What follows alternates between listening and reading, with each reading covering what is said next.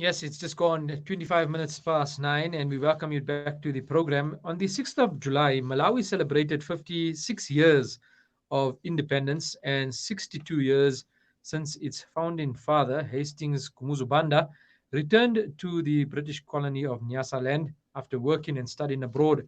The country was the first member of the Federation of Rhodesia and Nyasaland, that's Malawi, Zambia, and Zimbabwe, to attain independence. And from Malawi, we've got a very, very strong Malawian Muslim community, and they have done quite a bit in shaping Islam in Southern Africa, in countries such as South Africa, Zimbabwe, and others. I'm joined online now by Jamil Asani. He's a PhD candidate in Semitic languages and cultures at the University of Johannesburg. He holds a BA honors in Semitic languages and an MA in Semitic languages and culture, and an MPhil management certificate as well. He is a Zimbabwean Muslim activist and researcher, tutor, and writing consultant, and we welcome him to the program. Assalamu alaikum, Jamil. Wa alaikum salam wa rahmatullah. How are you doing, my brother? Now, Jamil, the role of the Malawian Muslim community in Southern Africa, they are one of the countries to the furthest south that has such a huge population of Muslims. What is the history, first of all, of the Malawian Muslim community? Where did Islam begin there? Okay, so Malawian Muslims um, basically trace their Islamic origins to around the 17th century. And the interesting part about Malawian Muslims is that they mainly are from the Yao ethnic tribe. And the Yao ethnic tribe has got its origins in Mozambique, northern parts of Mozambique. And it then sort of moved, because migration is central to Africa. It then moved around the 1800s. The tribe moved southwest into Malawi, and part of it also moved into the southern parts of Tanzania.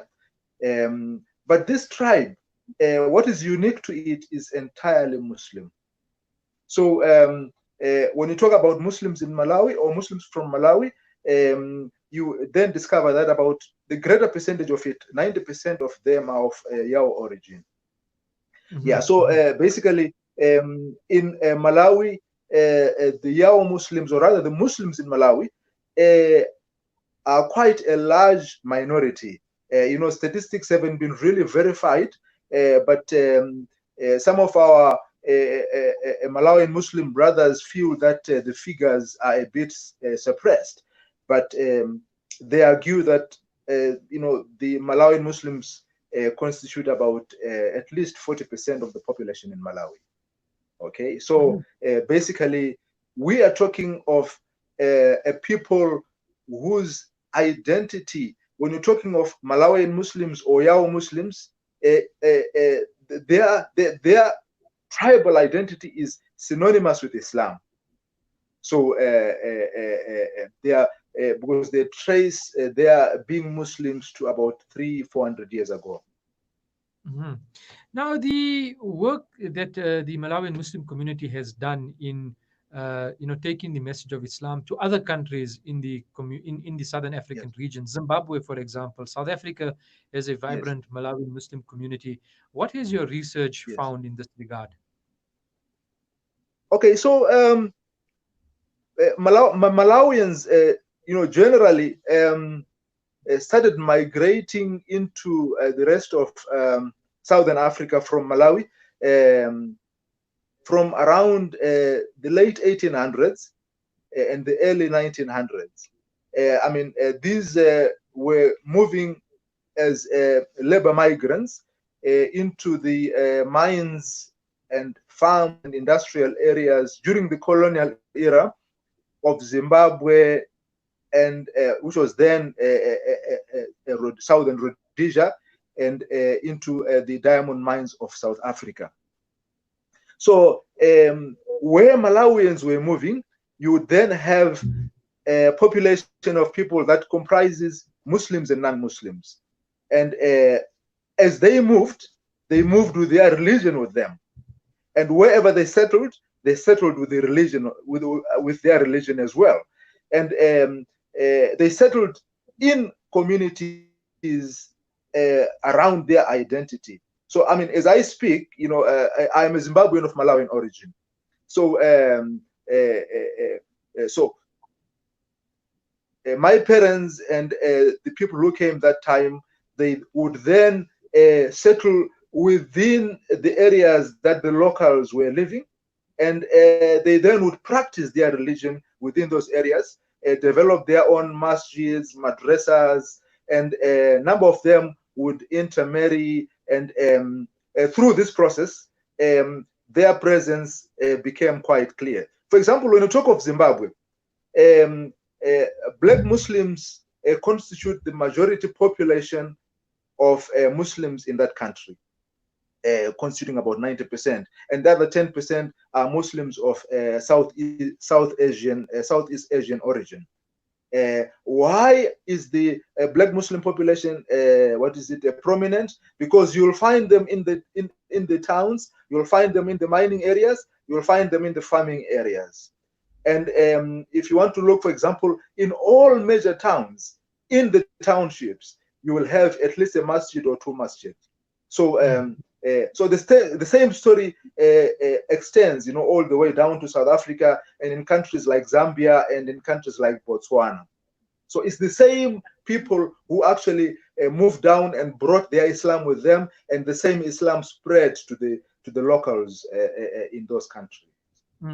Now, the unfortunate notion, it's very strong perhaps in places like South Africa, that Islam is an Arab religion or an Indian religion or a Pakistani religion, is very much dispelled by the huge number of African Muslims in so many parts of the continent, and particularly with regards to Malawi. What role have Malawian Muslims played in dispelling that notion and showing their fellow African brothers of other religious backgrounds the true message of Islam?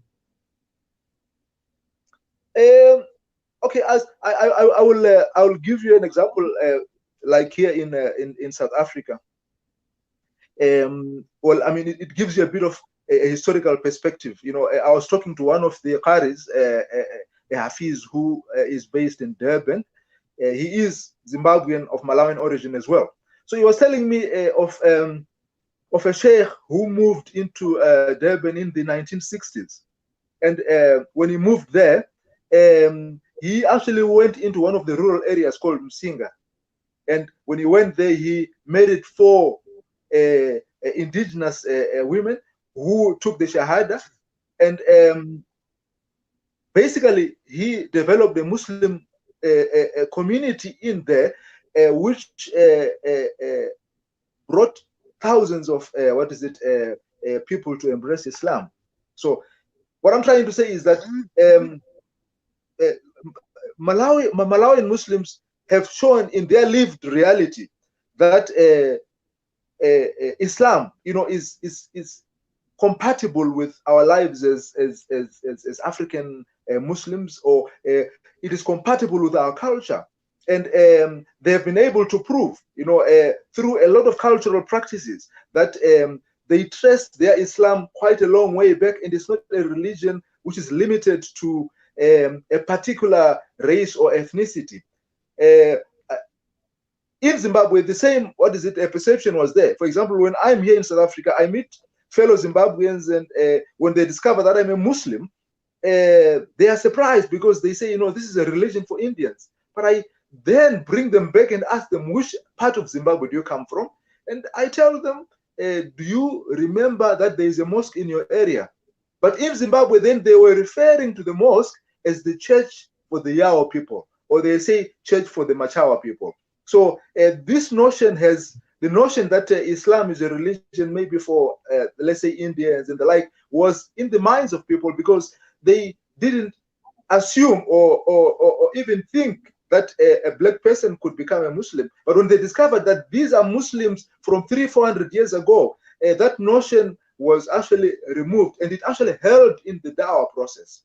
So I'll tell you, here in South Africa, for example, in Johannesburg, you have a community that dates back to the 1960s, which is in Protea South.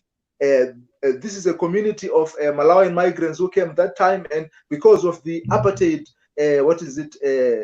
architecture of the cities, they were moved from Sophia Town, and from there they went to Clip Town, and from there they were then moved to Protea South.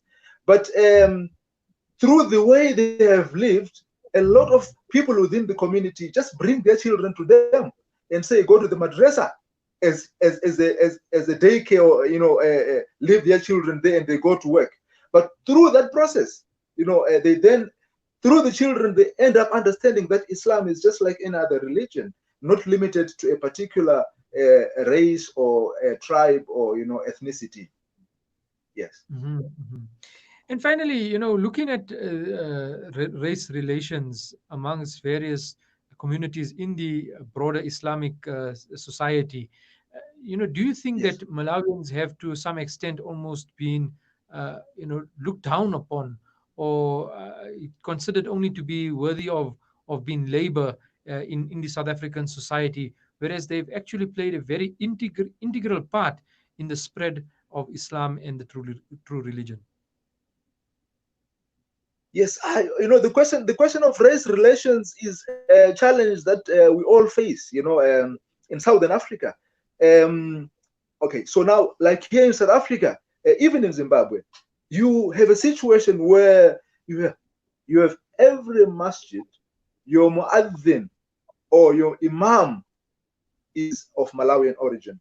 Okay, so across the board, if you look around, you have a situation where you realize that your muaddin there is a Malawian, your imam is a Malawian, your teacher at the madrasa is a Malawian. Okay, but somehow you actually feel that there is still a lot of work that needs to be done in that regard, because there's a certain quality that Malawians have. They are very humble people, and through their humility, you see that they are not aggressive when it comes to this issue of race.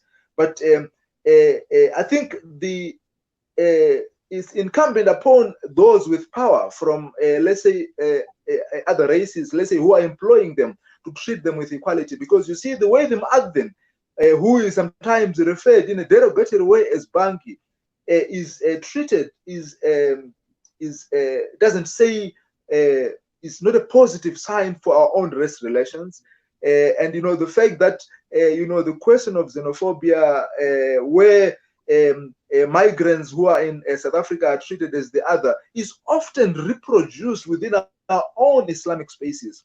So I think insofar as the question of race is concerned, much has to be done, because these people play a critical role in spiritual lives of so many Muslims in this country, and in religion as well. Jamil Hassani, PhD candidate of Semitic Languages and Cultures at the University of Johannesburg, speaking to us about the role that Malawian Muslims have played in the spread of Islam in Southern Africa. Jazakallah khair, and thank you so much for your time this morning. We continue speaking to you in the future. Assalamu alaikum. Wa alaikum salam.